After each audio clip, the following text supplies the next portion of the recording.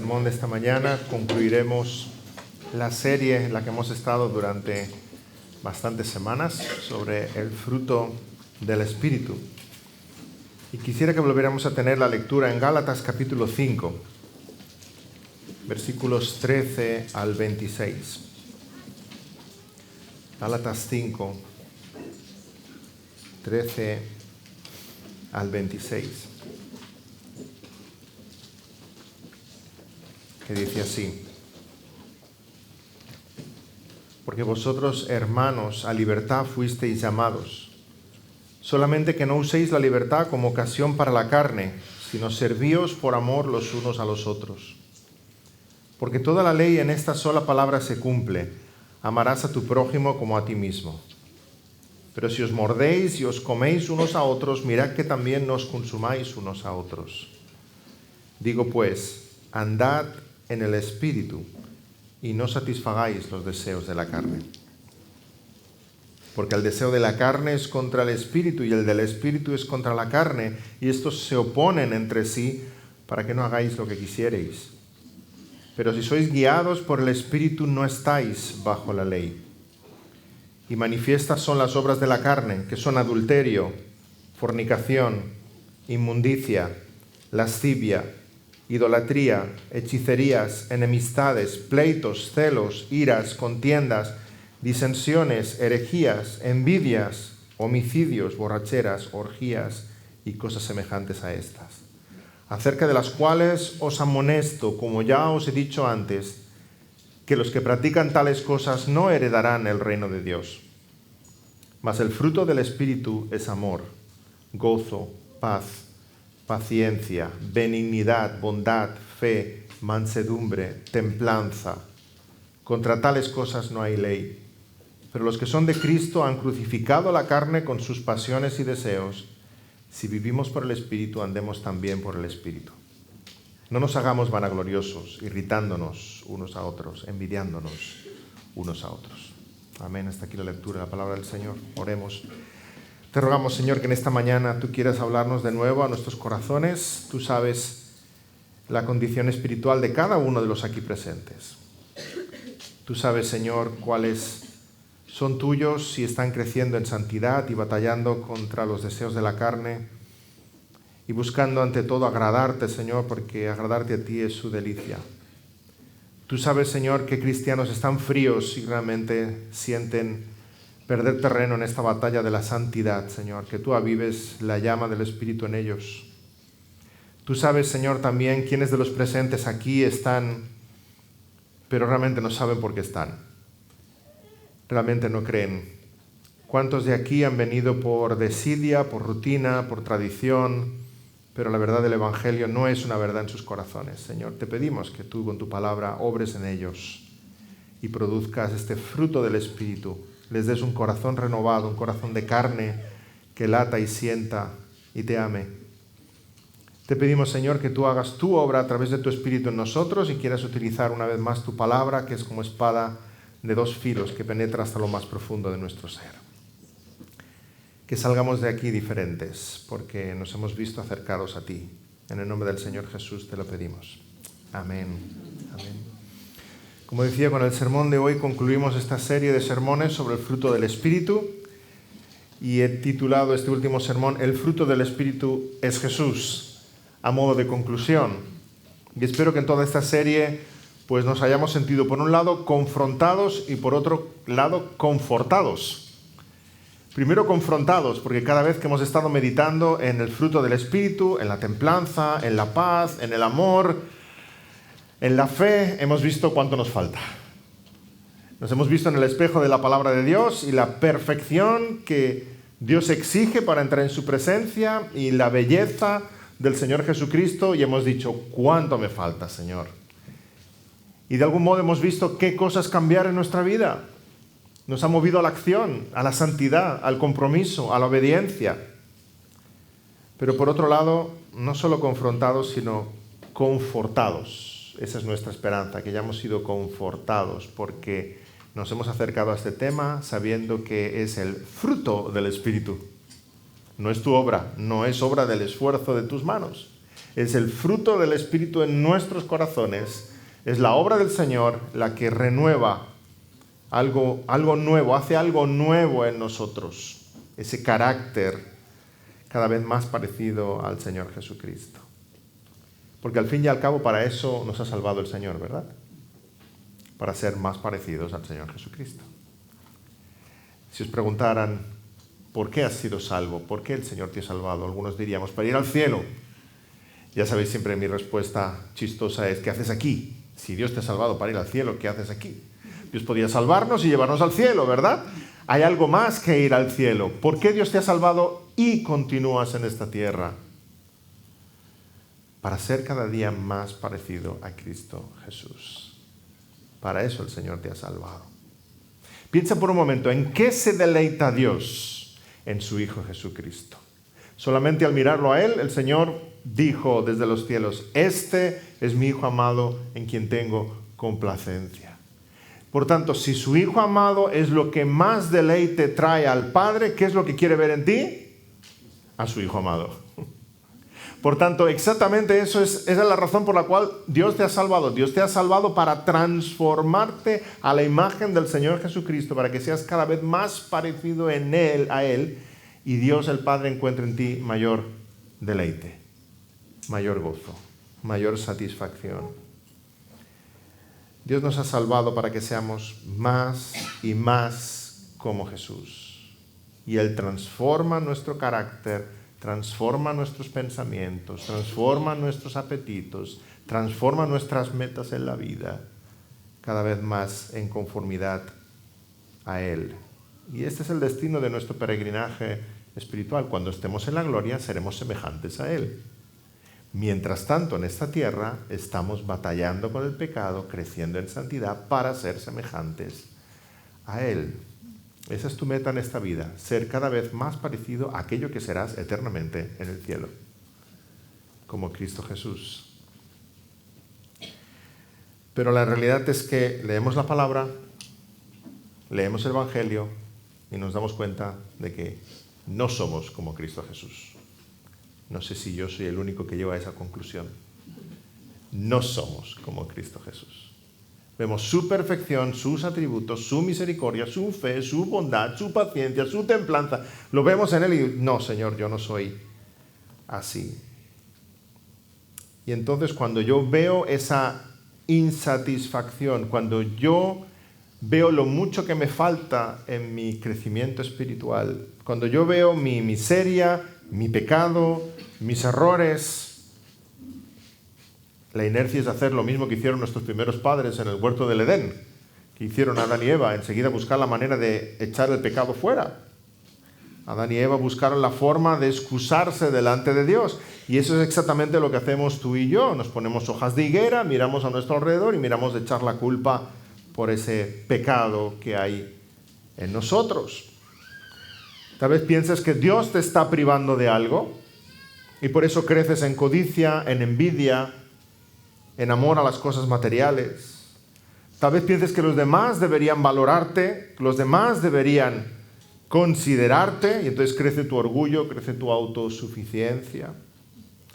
Tal vez estás convencido de que todos los demás te llevan la contraria solamente para fastidiarte. Nos suele pasar, ¿verdad? Y nos enzarzamos en pleitos, en discusiones, en contiendas sin ningún sentido. Tal vez quieres controlar a los demás. Piensas que si controlaras lo que hay a tu alrededor, serías más feliz y todo iría mucho mejor. Intentas controlar todo lo que te rodea y la realidad es que no eres capaz de controlarte a ti mismo. No eres capaz de controlar tu ira, tus malos pensamientos, tu lengua que corre, se dispara. Las obras de la carne provienen de nuestro corazón. No quisiéramos verlas, pero provienen de nuestro corazón. Y provienen de un corazón que está alejado de Dios. Cuanto más lejos estés del Señor, más culparás a otros de tus propias miserias. Cuanto más cerca estés del Señor, mayor conciencia cobrarás de tu pecado, de tu necesidad. Harás autoexamen y dirás como el rey David, crea en mí, oh Dios, un corazón limpio y renueva un espíritu recto dentro de mí. Un corazón que se envanece creyendo las mentiras de la serpiente se aleja del Señor. Un corazón que se ama a sí mismo no puede amar a Dios sobre todas las cosas y al prójimo. Y esos son los dos grandes mandamientos: amar a Dios sobre todas las cosas y al prójimo. Ese es el fruto, la obra de la carne en nosotros. Sin embargo, el fruto del Espíritu brota allí donde hay un corazón renovado. Si Dios ha quitado ese corazón de piedra y ha puesto en ti un corazón de carne, ese corazón renovado camina en el Espíritu. Si Jesús ha comprado tu alma, ha puesto en ti una nueva vida, ahora los deseos del Espíritu están ahí, están presentes. Y los deseos del Espíritu batallan contra los deseos de la carne. ¿Sientes una batalla en tu corazón? La batalla más grande sobre la tierra no está en Israel ni en Ucrania. La batalla más grande sobre el planeta Tierra está en nuestros corazones, entre hacer la voluntad de Dios y hacer lo que la carne quiere. Esa es la batalla más grande en la cual estamos cada uno de nosotros batallando. Y dura 24 horas al día, 7 días a la semana, 365 días al año, 366 los años bisiestos. No hay ni un día de descanso en esa batalla, hasta que lleguemos a la gloria. Cuando lleguemos a la gloria y entremos por la puerta de los cielos, diremos: ¡ah, Señor! Se fue. Se fue la carne, se fue el pecado, porque ninguna cosa inmunda podrá entrar en tu presencia. Allí seremos completamente victoriosos. Recuerda en esta batalla que llamamos santificación que los deseos de la carne y los deseos del Espíritu luchan entre sí y son incompatibles. Recuerda que los deseos de la carne son contra el Espíritu. No alimentes la carne. No alimentes la carne. No pienses que hay acciones demasiado pequeñas, pensamientos demasiado pequeños como para alimentar las cosas de la carne. No riegues la cizaña. Si el trigo y la cizaña crecen juntos, no riegues la cizaña, ni una gotita de agua. Déjala morir. Ya sabes la parábola del sembrador, lo que dice: crece el trigo, crece junto con la cizaña, y la cizaña envuelve al trigo y lo ahoga. Y estas son las cosas de la vida, los deseos de la vida. No riegues la cizaña, riega el trigo. No alimentes la vida carnal ni con un solo pensamiento, porque los deseos de la carne son contra el Espíritu. Pero bendita verdad tenemos aquí, que los deseos del Espíritu son contra la carne. Alimenta los deseos del Espíritu. Nútrete de la vitamina espiritual que tienes en la palabra. Busca al Señor en oración. Congrégate con los hermanos, que tus conversaciones sean alrededor del Señor. Gózate en las alabanzas. Alimenta el Espíritu y verás cómo la carne se debilita, se apaga, muere. Esa batalla es la que llamamos santificación y se libra cada día en nuestros corazones. La mansedumbre contra la ira contra la mansedumbre. La fe contra la idolatría, la bondad contra las contiendas. No pueden estar ambas cosas en tu corazón. Cuanto más haya de lo uno, menos de lo otro. Así que la respuesta a esta batalla se encuentra en alimentar los deseos del Espíritu. Pero cuidado, no se encuentra en compensar las obras de la carne con obras piadosas. Ay, todos llevamos dentro un católico romano, sí. Hay estas obras de la carne, voy a hacer estas otras obras buenas porque compensan con las otras. Dios verá en su balanza lo bien que he servido en la iglesia, aunque tengo este pecado secreto. Todos llevamos un católico romano dentro y queremos hacer nuestras obras de penitencia. No hay penitencias para delante del Señor. No hay penitencias. La respuesta no está en hacer obras piadosas que compensen las obras de la carne. Al fin y al cabo, todos son obras. La respuesta se encuentra en un carácter renovado por el poder del Espíritu Santo. Dios no quiere tus obras, Dios quiere tu corazón. Y de un corazón verdaderamente renovado habrá obras piadosas que broten de él. Eso es lo que Dios ve, nuestros corazones. Así que te tienes que esforzar porque el fruto del Espíritu es todo lo que hemos descrito, pero reconoce que va más allá de tus fuerzas. Es Dios el que tiene que producir algo nuevo en ti. Dicho de otro modo, no se trata de hacer algo diferente, se trata de ser algo diferente. Querido amigo, querida amiga, querido hermano, Dios pide de ti que seas diferente, no que hagas algo diferente. Que seas diferente, que tu vida cambie de raíz, desde dentro. Has estado batallando mucho con las obras. No son las obras, es tu corazón lo que tiene que cambiar. Porque las obras, seas cuales seas, representan un esfuerzo propio, pero el fruto del Espíritu expresa la obra milagrosa de Dios en ti. Si solamente sustituyes las malas obras por buenas obras, sigues confiando en las obras. Y al fin y al cabo es tu obra, es tu mérito. Y si son obras, seguirán siendo obras de la carne. Si no ha cambiado tu carácter, esas buenas obras seguirán siendo obras de la carne. Les pongo algún ejemplo para que me entendáis. Hay quienes están muy orgullosos de su intelecto, de su capacidad, ¿verdad? Y vienen a la iglesia y visten esa vanagloria de piedad. Y ahora alardean de cuánto saben de la palabra. Pero detrás de ese conocimiento de la palabra sigue habiendo el mismo orgullo. Por tanto, siguen siendo obras de la carne. Ha cambiado sus obras por otras, pero su corazón sigue estando igual. Hay quienes están siempre discutiendo, son tan orgullosos que no saben acabar una conversación sin llevarse la razón. En su trabajo, en su familia, siempre discutiendo. Y ahora vienen a la iglesia y disfrazan ese carácter contencioso de piedad y discuten por la sana doctrina. Pero siempre tienen que llevarse la razón. Sigue siendo el mismo carácter orgulloso y contencioso, pero vestido de domingo. ¿Y de qué nos sirve vestir a las obras de la carne con traje y corbata si nuestro corazón sigue siendo el mismo? Dios no quiere tus obras. Dios quiere un corazón renovado, transformado por el Espíritu Santo. Si vistes las obras de la carne de domingo, siguen siendo obras de la carne. El cambio verdadero se da cuando las obras de la carne mueren de raíz, porque el corazón es diferente. Y las obras de la carne empiezan a desaparecer. Fijémonos que no has de cambiar lo que haces, lo que dices, lo que piensas, has de cambiar lo que eres.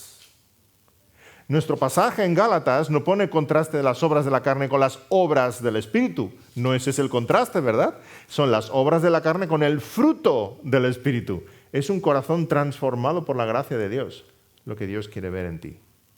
El fruto del Espíritu en ti describe la obra de Dios. Y el fruto del Espíritu en ti muestra que verdaderamente eres del Señor. No lo que haces, lo que eres.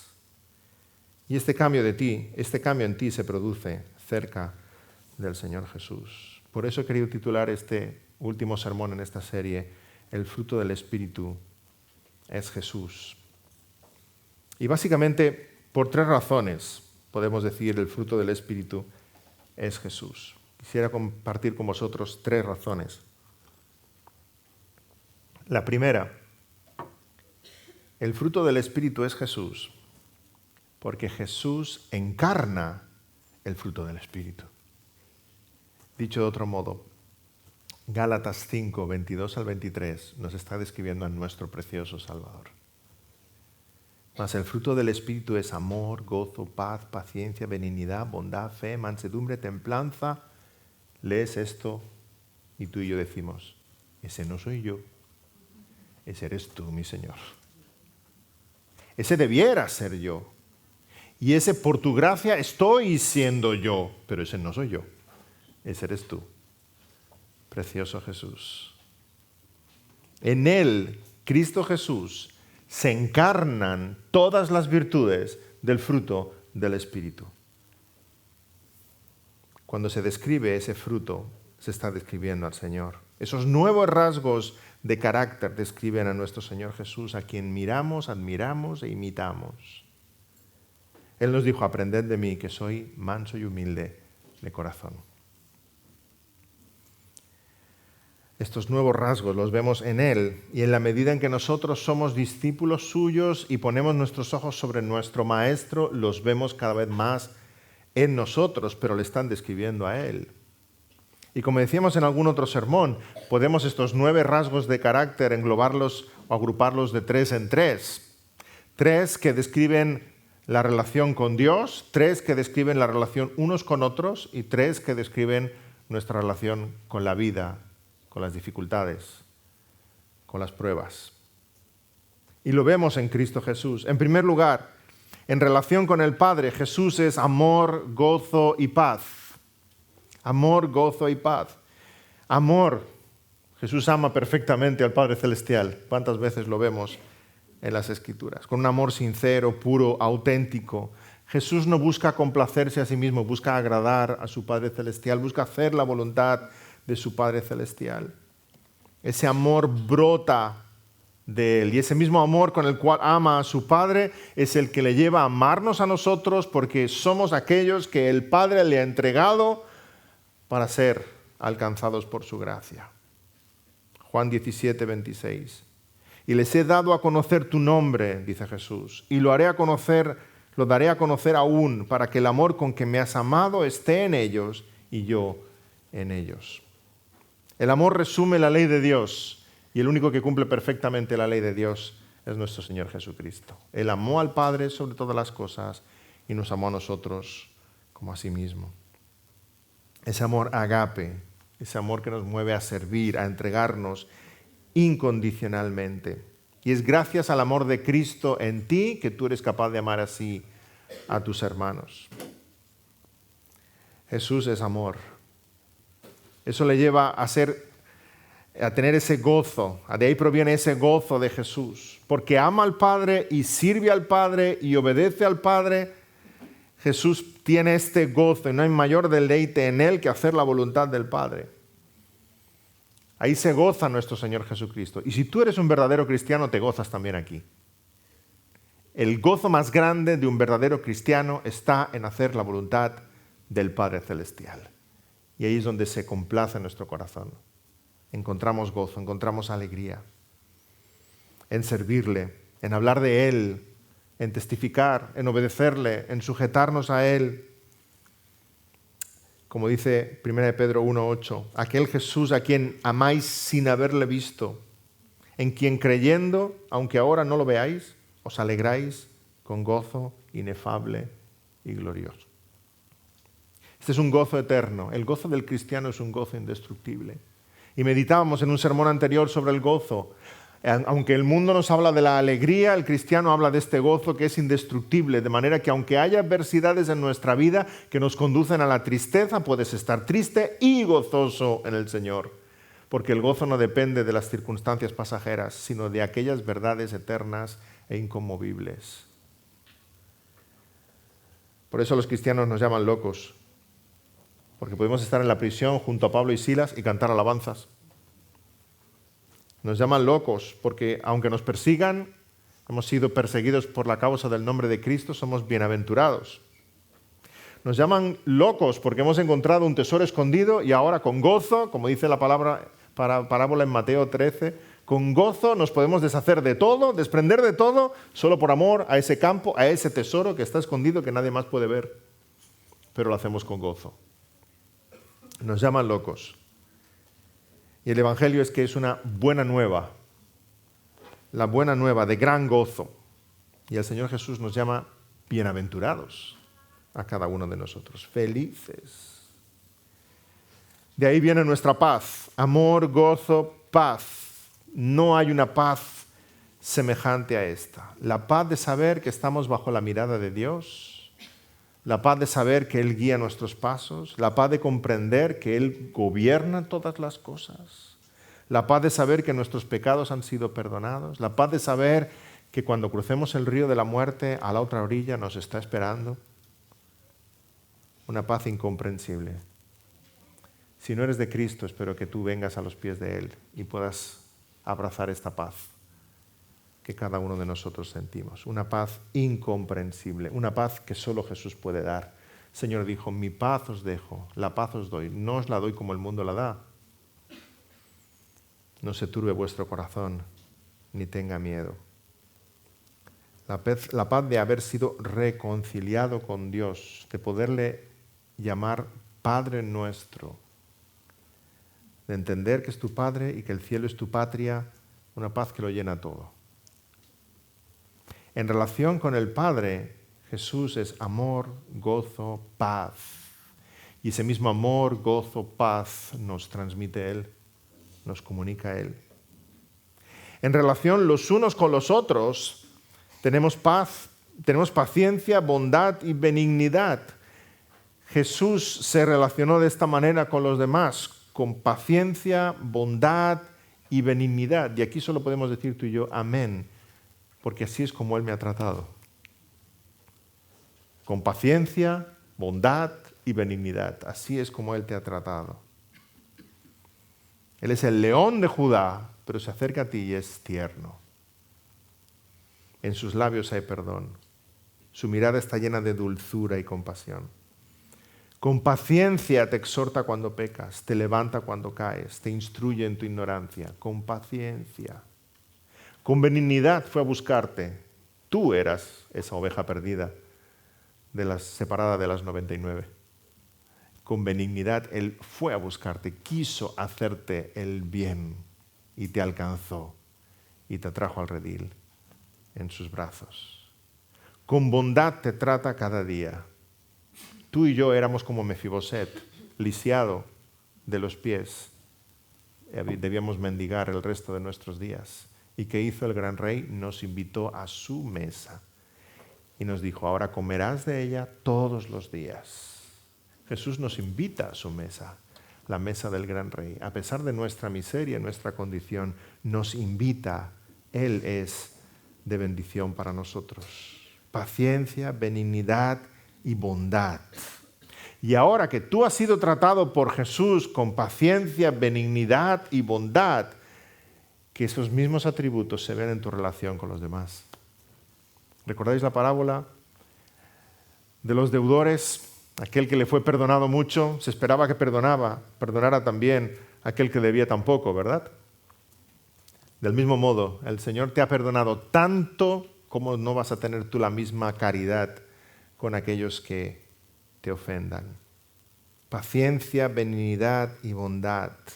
Si esas virtudes de Cristo realmente te han impactado en tu corazón, tú tendrás también paciencia, benignidad y bondad para con los demás.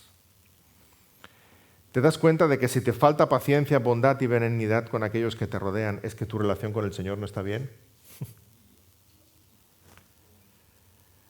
No, hermano, no necesitas un cursillo para controlar tu ira.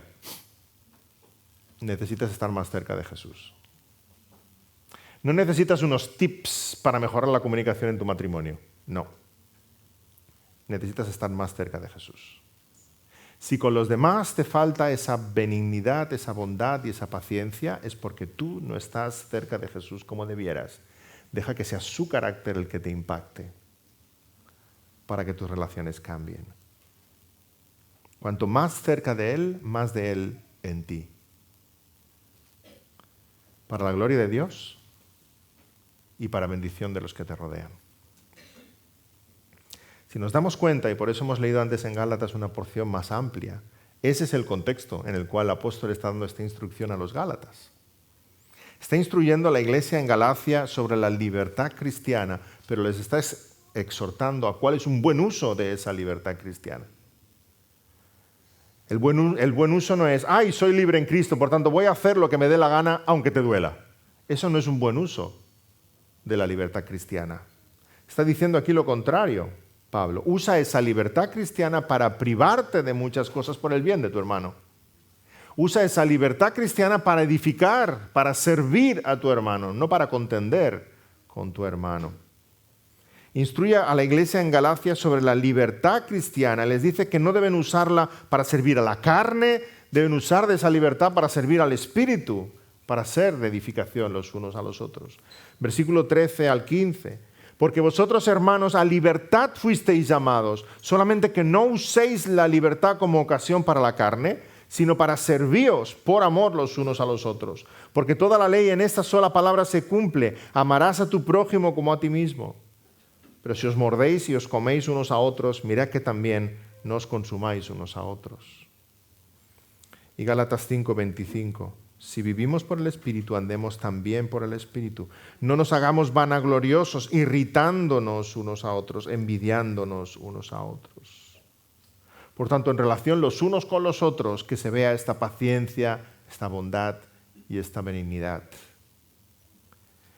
Y en tercer lugar, en relación con la prueba, en relación con el sufrimiento, Jesús muestra fe, mansedumbre y templanza. Jesús rebosa fe, confianza, fidelidad al Padre.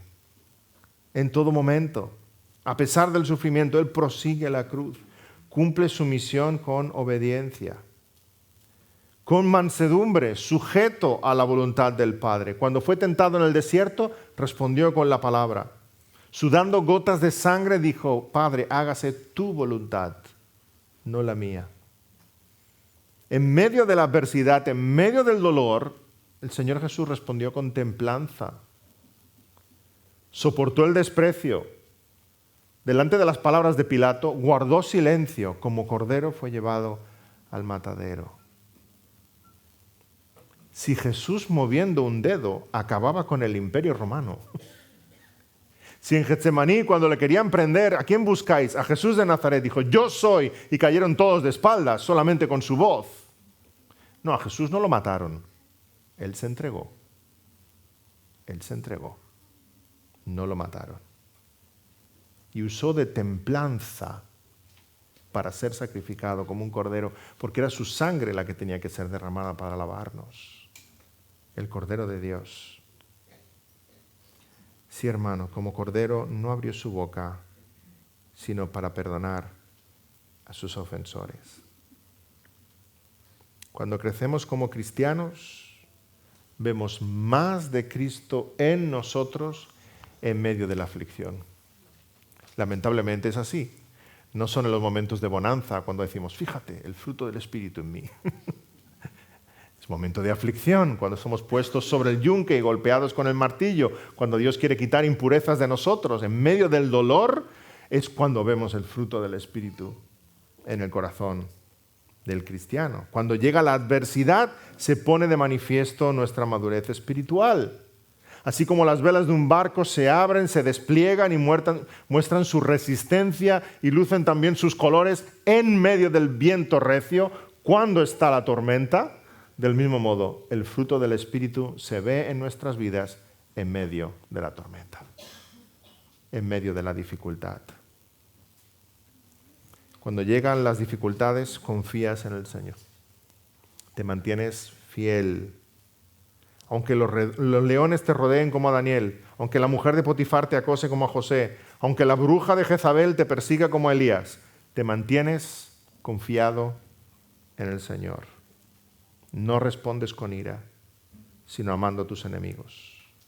No te apresuras neciamente, sino que esperas en el Señor.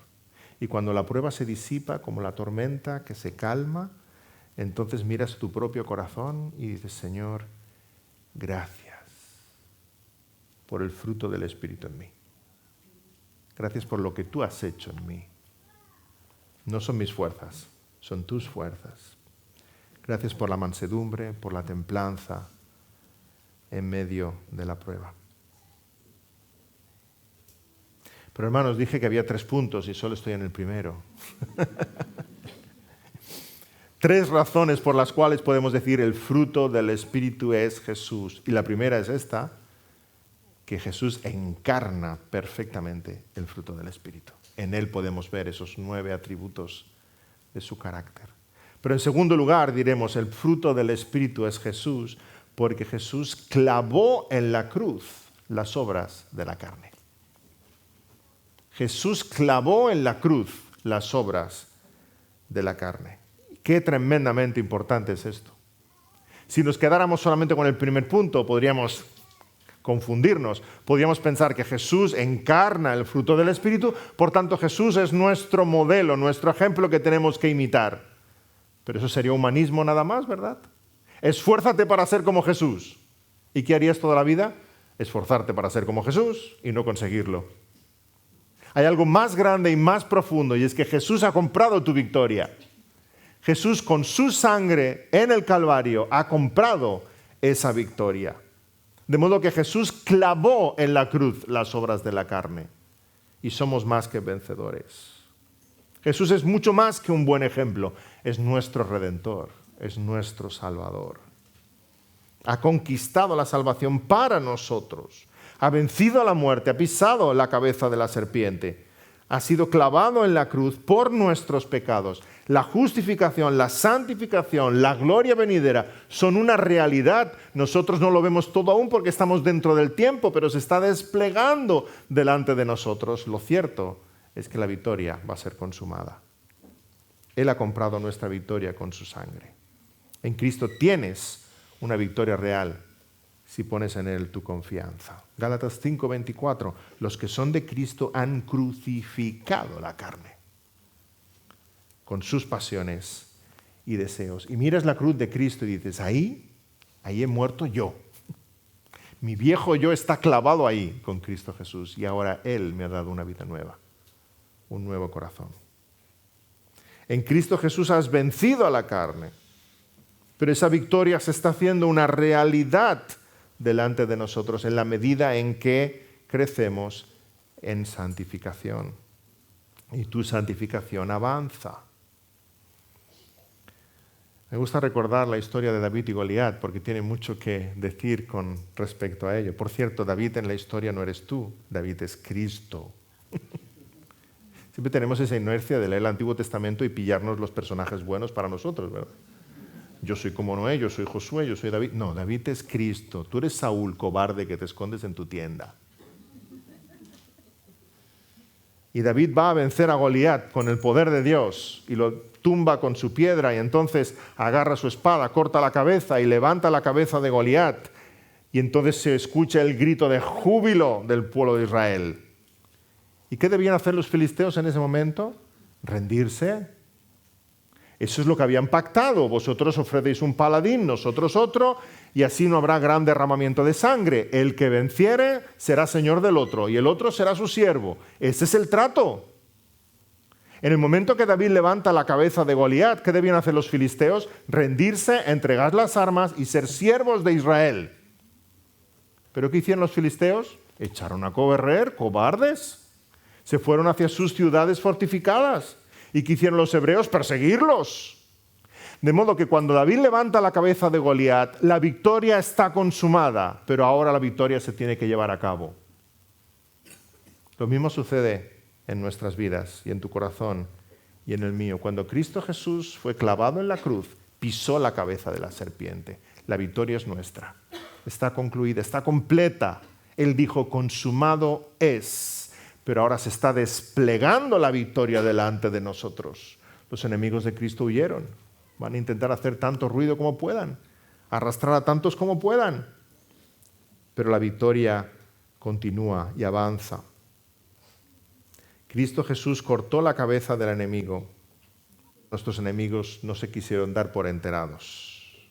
Satanás y sus secuaces debían entregar las armas y rendirse. La victoria va a avanzar hasta que sea del todo acabada y vemos ese avance del reino. Los pecadores se arrepienten, los corazones son transformados, los tiempos se cumplen, la palabra es predicada, el Señor viene pronto. El avance es inevitable y ese mismo avance del reino que vemos en la historia se está dando en tu corazón y en el mío. Que la santidad conquiste cada rincón de tu corazón para la gloria de Dios. Hasta el último rincón de tu corazón.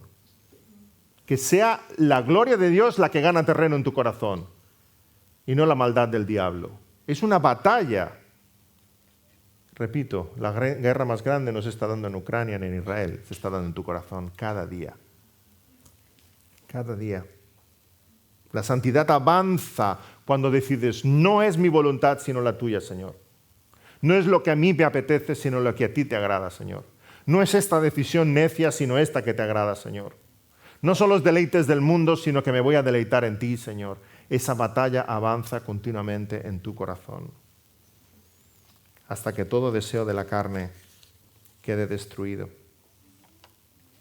Jesús es el fruto del Espíritu, porque Él encarna todas las virtudes del fruto del Espíritu, porque Él clavó la carne y Él venció en la cruz y se llevó a cabo nuestra victoria. Y en tercer lugar, podemos decir que Jesús es el fruto del Espíritu, porque Él transforma a todo el que se acerca a Él. Jesús transforma a todo el que se acerca a Él. En verano, cuando los papás tenemos algún pequeño que tiene que ir a alguna excursión del colegio, etc., les advertimos sobre el sol, ¿verdad? Les decimos, ves, cuidado con el sol, ponte crema, ponte la gorra, no te la quites, ¿verdad? Y cuando juegues, ponte a la sombra, cantidad de instrucciones para que no se nos quemen. Llegan de la excursión rojos como un tomate, ¿verdad? Como gambas. Y le dices al niño, ¿hiciste todo? Sí, mamá, de verdad, no estuve al sol. Pero su rostro colorado está diciendo todo lo contrario, ¿verdad? Está quemadísimo. Es evidente que ha estado al sol. Y como el sol quema y el sol es grande y el sol tiene mucha fuerza, no lo puede esconder. Se ve en su rostro. Hemos leído ese maravilloso pasaje antes en Éxodo 34. Moisés baja del monte Sinaí después de conversar con Dios y los hebreos ven su rostro resplandecer. Ha estado con Dios, cara a cara. Moisés no lo ve, no lo sabe. Es Aarón, su hermano, y los demás israelitas que se quedan maravillados, incluso se llenan de temor. No quieren acercarse a Moisés. Era innegable que había estado con Dios. Y así sucede día tras día. Nadie que se exponga al sol se queda igual, porque el sol es mucho más grande y más fuerte que tú. No te quedas igual. Pero sabes, Jesús es mucho más grande y más fuerte que el sol. De manera que en la medida que estés cerca de Jesús, Jesús te va a cambiar a ti. Jesús te va a cambiar a ti. No serás igual. Tu paz crecerá. Tu gozo será incontenible, tu paciencia aumentará, tu amor será desbordante, tu fe será incombustible. De ahí la exhortación de Jesús a sus discípulos. Fijémonos que constantemente el mensaje de Jesús a sus discípulos y a nosotros es de acercarse a Él. Yo soy la puerta, yo soy el camino, yo soy el buen pastor.